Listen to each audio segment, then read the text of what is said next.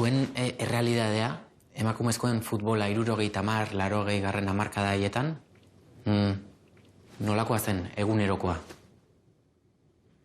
Nik daukaten errekordoa da, bizi genuen ikastolan bizi nuen beste asignatura bat, ikasgai bat bezala izango baliz bezala, bai?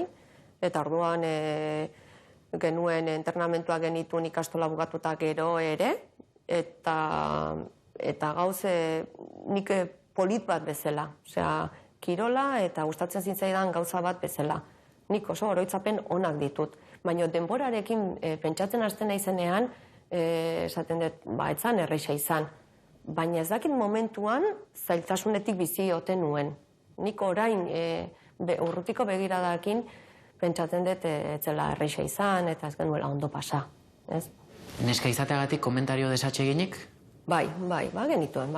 Baina hainbeste gustatzen zitzaigun futbola, ez dakit ez niela kasu askorik egiten, Egia da, nire inguruak lagundu dit futbola egiten, eta batez ere familiak. Ez dit inoiz pegari jarri, beti babestu nau, beti aurrera egiteko esan dit, orduan horrek asko erraizten du. Baina garai hartan etzen erraixa. Etzen erraixa eta komentarioak itxusiak entzuten genitun, eta...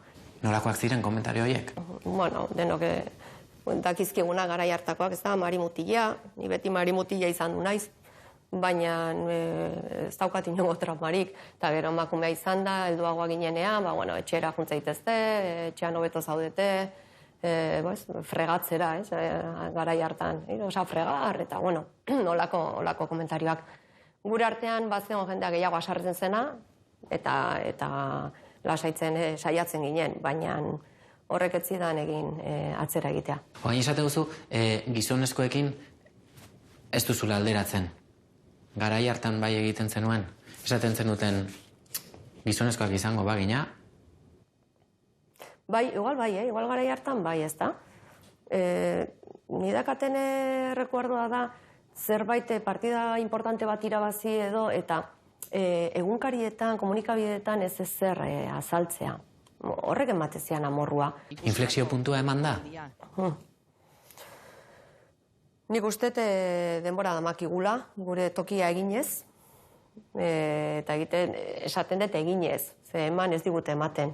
Orduan, guk emakumeok kirolean, gu pixkanaka guk egin dugu, ez?